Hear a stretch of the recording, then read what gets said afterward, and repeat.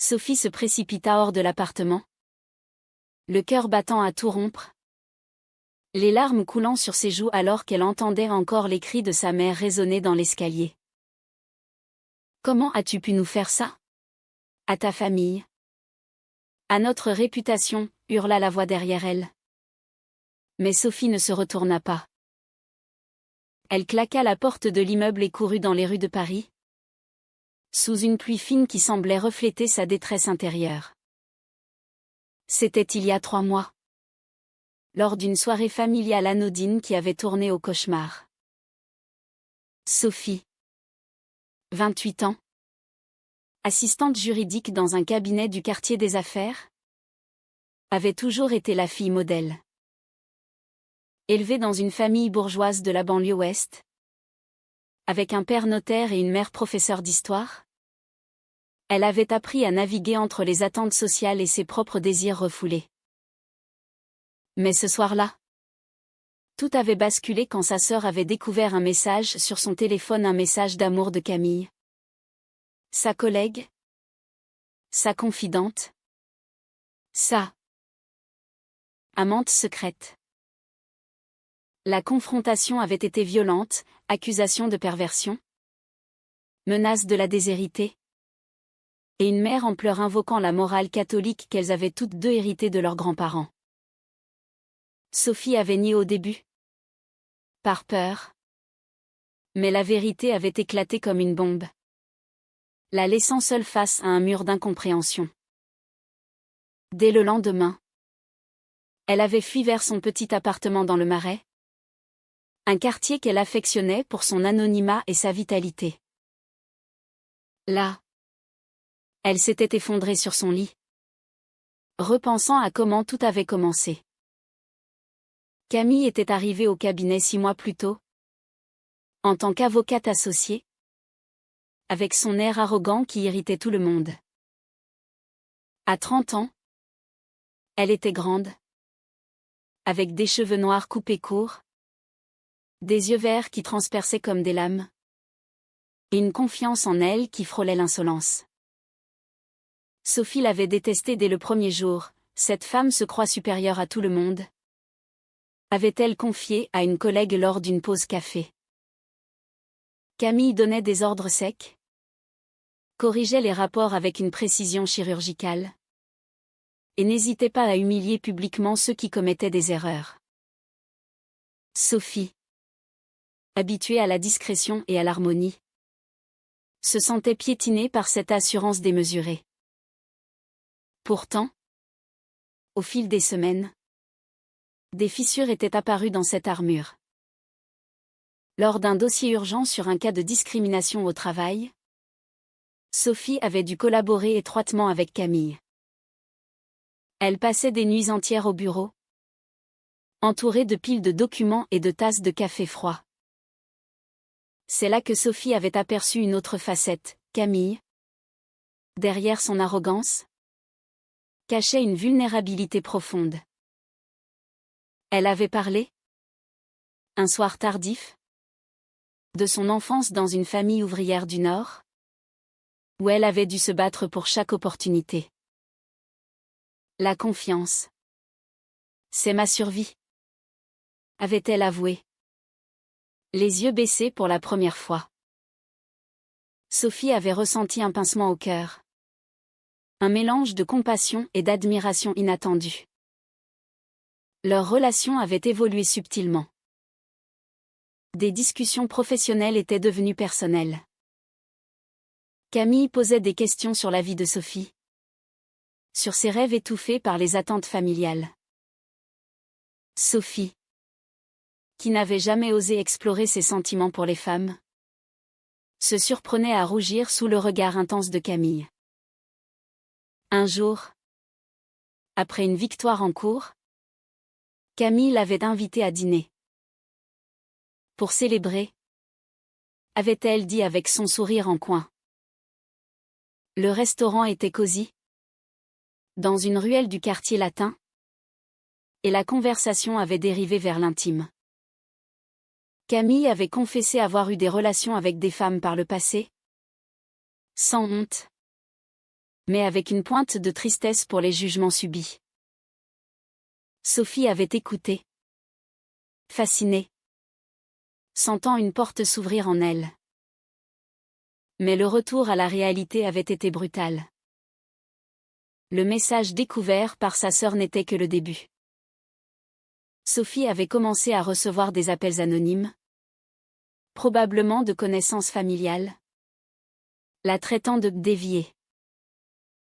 Au travail, des rumeurs circulaient, quelqu'un avait vu Sophie et Camille ensemble. Trop proches. Camille, de son côté, semblait imperturbable. Laisse-les parler, disait-elle en haussant les épaules. Mais Sophie bouillonnait intérieurement. Comment Camille pouvait-elle être si détachée? N'avait-elle pas conscience des enjeux? Sophie se sentait piégée entre son amour naissant et la peur de perdre tout ce qu'elle avait construit. Un soir, après une dispute au bureau, Camille avait critiqué un de ses rapports devant l'équipe. Sophie avait explosé. Ton arrogance va tout détruire. Ma famille me renie déjà à cause de toi. Camille avait pâli. Mais répondu calmement, ce n'est pas mon arrogance. Sophie. C'est ta peur qui te ronge. Ces mots avaient frappé comme un coup de poignard. Sophie était rentrée chez elle. Enragée. Mais au fond, elle savait que Camille avait raison. La nuit suivante, elle avait envoyé un message, on doit parler. Elle s'était retrouvée dans un parc, sous les lumières tamisées des lampadaires.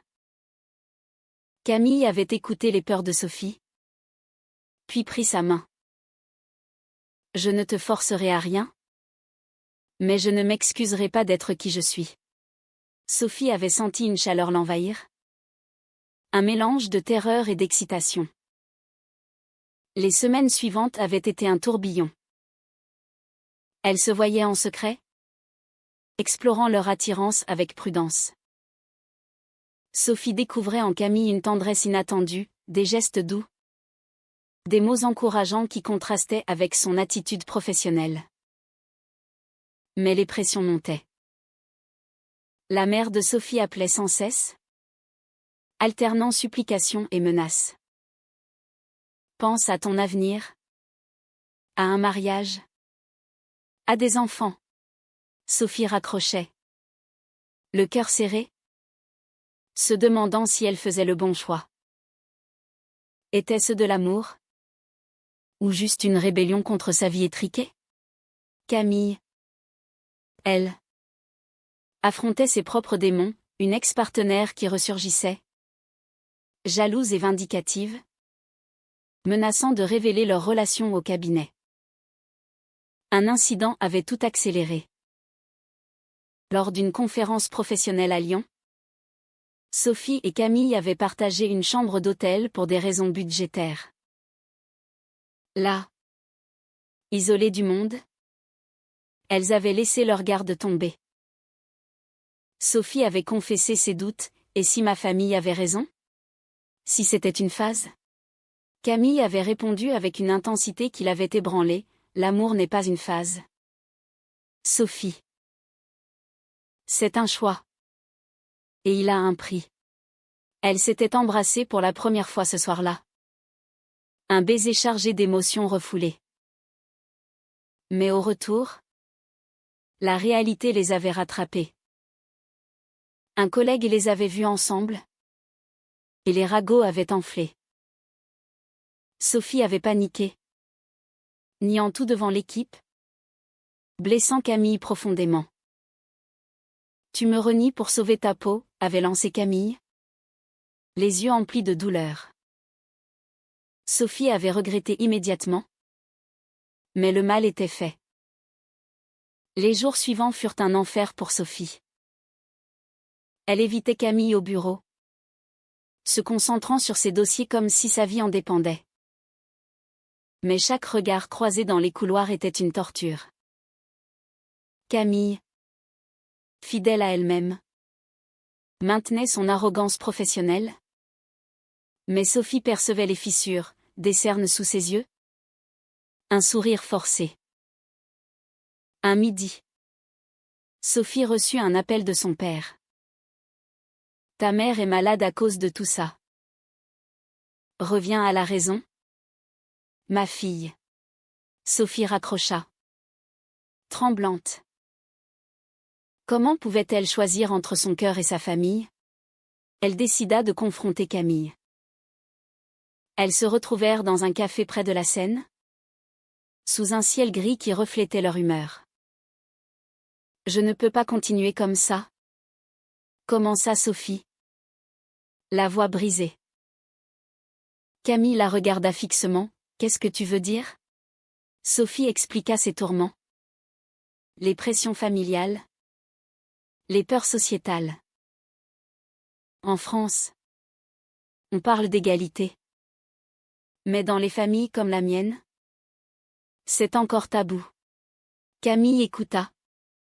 Puis répondit avec une franchise brutale, j'ai perdu des amis. Un job une fois. À cause de qui je suis. Mais je ne regrette rien. Toi. Si tu regrettes déjà, peut-être que ce n'est pas pour toi. Ces mots blessèrent Sophie. Mais ils la forcèrent à réfléchir. Était-elle prête à payer le prix? Le soir même, une crise éclata. Sophie rentra chez elle pour trouver sa sœur l'attendant sur le pas de la porte. Maman m'a envoyé. Elle veut que tu reviennes? Que tu arrêtes cette folie. La dispute fut violente, accusation de trahison. De destruction familiale. Sophie défendit son droit à l'amour. Mais sa sœur répliqua, c'est immoral. Pense à nos valeurs. Sophie la mit dehors. En larmes. Réalisant qu'elle venait de franchir un point de non-retour. Elle appela Camille. Qui vint immédiatement. Pour la première fois. Camille montra sa vulnérabilité, j'ai peur aussi. Sophie. Peur de te perdre. Elles passèrent la nuit à parler. À se soutenir. Renforçant leurs liens. Mais les complications s'accumulaient. Au travail. Le patron convoqua Sophie. Des rumeurs circulent.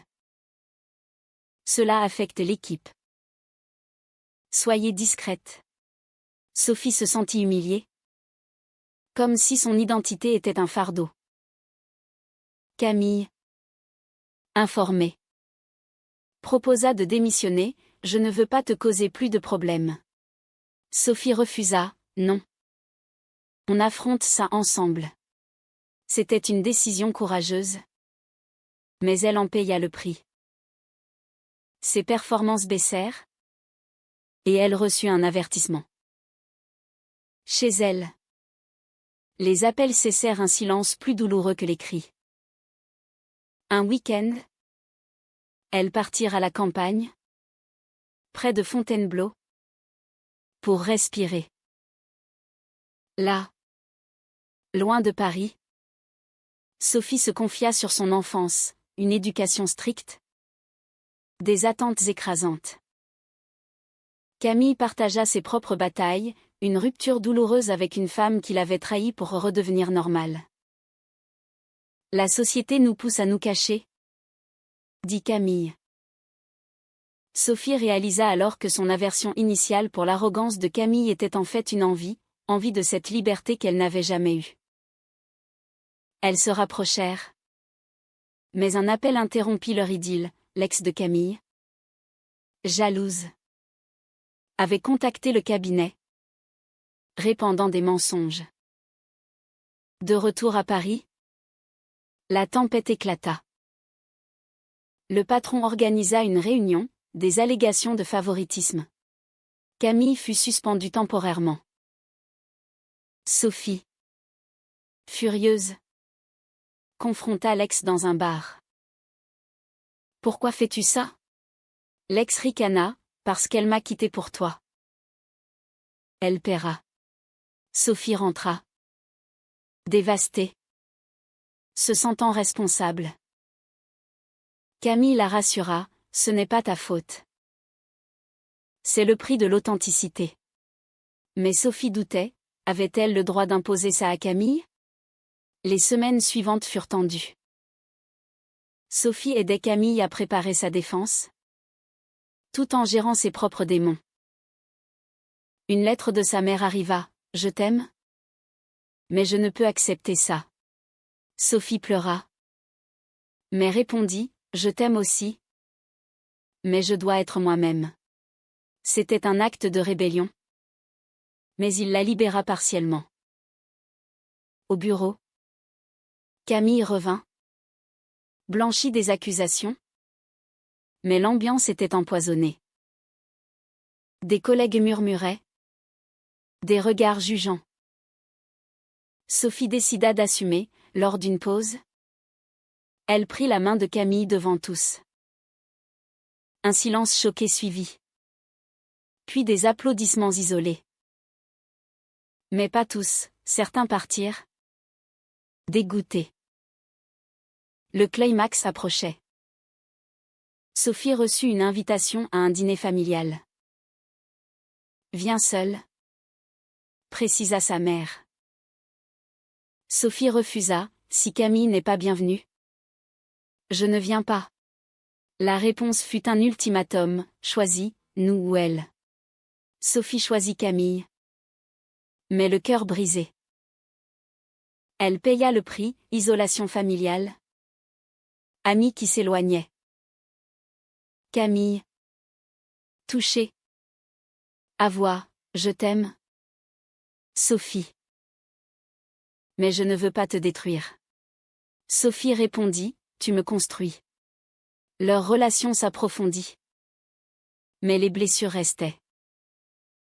Les mois suivants furent un test de résilience. Sophie et Camille naviguaient dans un Paris indifférent. Mais leur bulle personnelle était fragile. Sophie cherchait un nouvel équilibre, thérapie pour gérer ses conflits internes. Lecture sur l'identité queer. Camille, plus expérimentée, la guidait. Mais ses propres insécurités ressurgissaient. Et si tu regrettes, demandait-elle parfois. Sophie rassurait, non. C'est toi qui m'as ouvert les yeux. Mais les doutes persistaient. Alimentés par la société. Un événement majeur secoua tout, une manifestation pour les droits LGBT à Paris. Sophie y alla avec Camille. Pour la première fois publiquement. Elles marchèrent main dans la main. Entourées de bannières arc-en-ciel. Sophie se sentait vivante. Mais repéra sa sœur dans la foule opposante, tenant une pancarte conservatrice. Leurs regards se croisèrent, choc, douleur. Plus tard, sa sœur appela, « Comment peux-tu nous trahir comme ça ?» Sophie répliqua, « C'est toi qui trahis l'amour. » La conversation se termina en impasse. Creusant le fossé familial. Au travail, les tensions culminèrent. Un client important, conservateur, apprit pour leur relation et menaça de partir. Le patron pressa Sophie, « Sacrifiez-vous pour le cabinet. » Sophie refusa, préférant démissionner. Camille la suivit, ensemble ou rien. Elles se retrouvèrent au chômage, forcées de repenser leur vie. Sophie vendit des bijoux familiaux pour survivre. Un acte symbolique de rupture.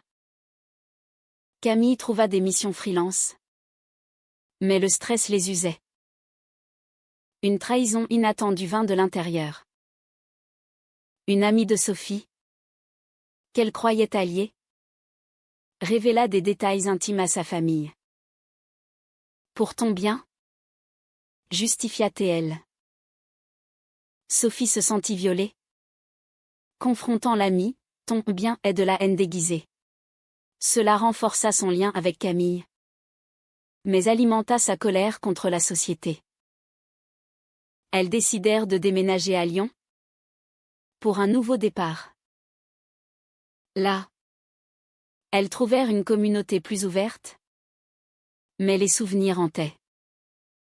Sophie affronta un dilemme moral, contacter sa mère, hospitalisée pour stress.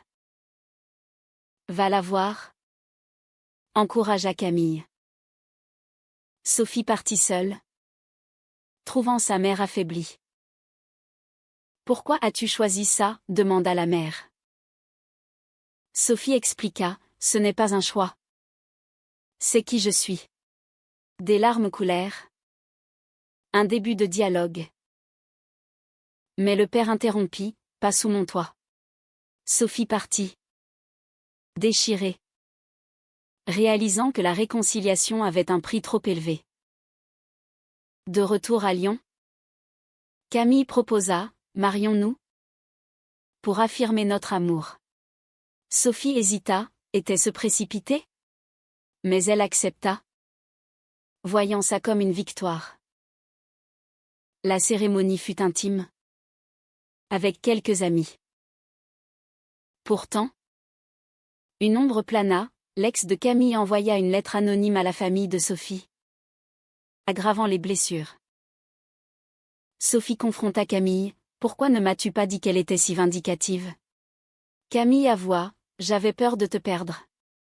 Une dispute éclata, testant leur confiance. Elles se réconcilièrent, mais les conséquences perdurèrent.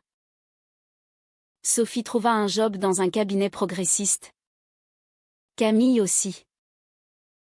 Leur vie s'équilibra, mais les cicatrices restaient. Sophie réfléchissait souvent au choix, avait-elle sacrifié trop? La société évoluait, mais lentement.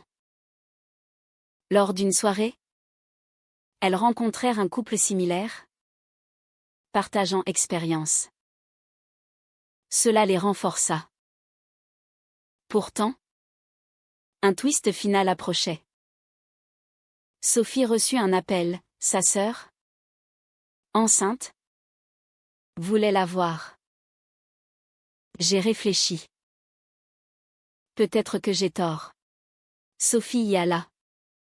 Prudente. La sœur s'excusa partiellement, je ne comprends pas. Mais je ne veux pas te perdre. C'était un pas, mais incomplet. Sophie rentra, partagée entre espoir et résignation.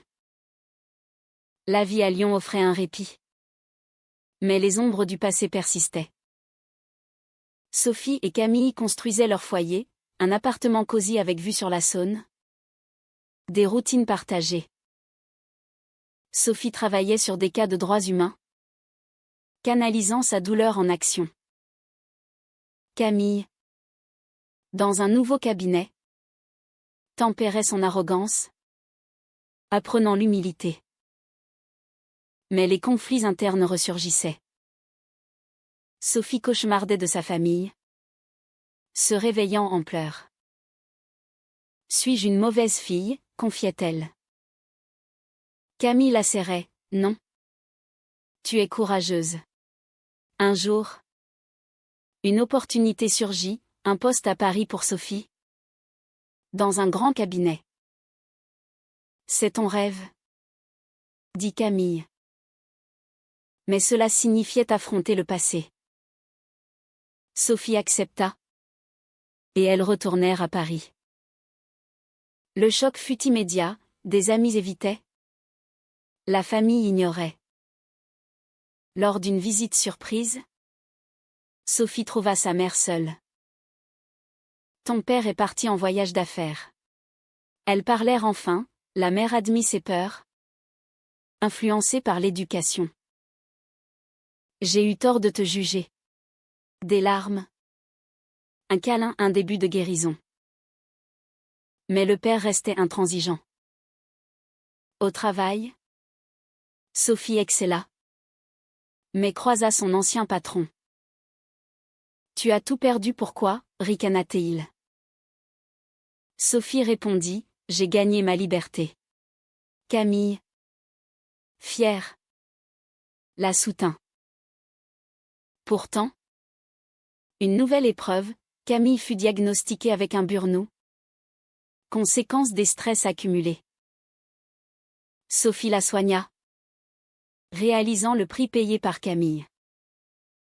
Je t'ai traîné dans mon chaos, dit Sophie. Camille sourit, et je recommencerai. Une trahison majeure éclata, la sœur de Sophie, sous pression du père, révéla des détails financiers pour bloquer un héritage. Sophie confronta, pourquoi? La sœur, pour te forcer à revenir. Sophie coupa les ponts définitivement, choisissant sa nouvelle famille. Cela libéra, mais blessa profondément. Elles participèrent à des groupes de soutien, aidant d'autres femmes dans des situations similaires. Sophie devint une voix pour le changement, écrivant un article anonyme sur les pressions sociétales. Cela attira l'attention, positif et négatif. Des menaces anonymes arrivèrent, rappelant les dangers. Camille insista, arrête si c'est trop. Mais Sophie persévéra, c'est pour nous toutes. Un climax personnel, lors d'un anniversaire, Camille surprit Sophie avec un voyage en Provence. Là, elles réfléchirent à leur parcours. Ton arrogance m'a sauvée, avoua Sophie. Camille rit, et ta douceur m'a adouci. Mais un appel brisa l'idylle, le père de Sophie, malade, voulait la voir. Elle y alla, trouvant un homme brisé. J'ai eu tort, murmura-t-il. Sophie pardonna partiellement, mais posa des limites. Accepte-nous, ou rien. Il promit d'essayer. De retour, leur relation s'épanouit, mais les débats moraux persistaient. Était-il juste de forcer le changement? Sophie se questionnait. Les années passèrent, mais les échos des conflits restaient. Sophie, maintenant 32 ans, dirigeait son propre cabinet spécialisé en droit LGBT. Camille, 34 ans, était sa partenaire en affaires et en vie. Elles avaient adopté un chat, symbole de leur stabilité. Mais les anniversaires familiaux étaient des rappels douloureux. Sophie maintenait un contact minimal avec sa mère, évitant le père. Le pardon a ses limites, disait-elle. Un événement inattendu, une conférence où Sophie parla de son histoire. Dans le public, sa sœur, changée par la maternité. Après, elles discutèrent, j'ai compris. Mon enfant m'a fait voir l'amour différemment. Une réconciliation fragile naquit, mais avec des cicatrices. Sophie rentra, émue, partageant avec Camille. Peut-être que le temps guérit. Camille hocha la tête, mais à quel prix? Elles affrontèrent un dernier défi, une loi controversée sur le mariage, menaçant des acquis. Elles militèrent, risquant leur réputation. Sophie fut interviewée, exposant leur vie. Des backlash suivirent, clients perdus, insultes en ligne. Mais aussi du soutien, renforçant leur résolution. Nous avons payé cher, mais ça en valait la peine, conclut Sophie. Au final, leur amour perdura, forgé dans le feu des épreuves. Sophie regardait Camille avec admiration, l'arrogance d'antan était devenue une force partagée. Mais la question persistait, avait-elle fait le bon choix?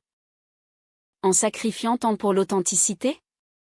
Était-il moral de prioriser son bonheur personnel au détriment des liens familiaux traditionnels?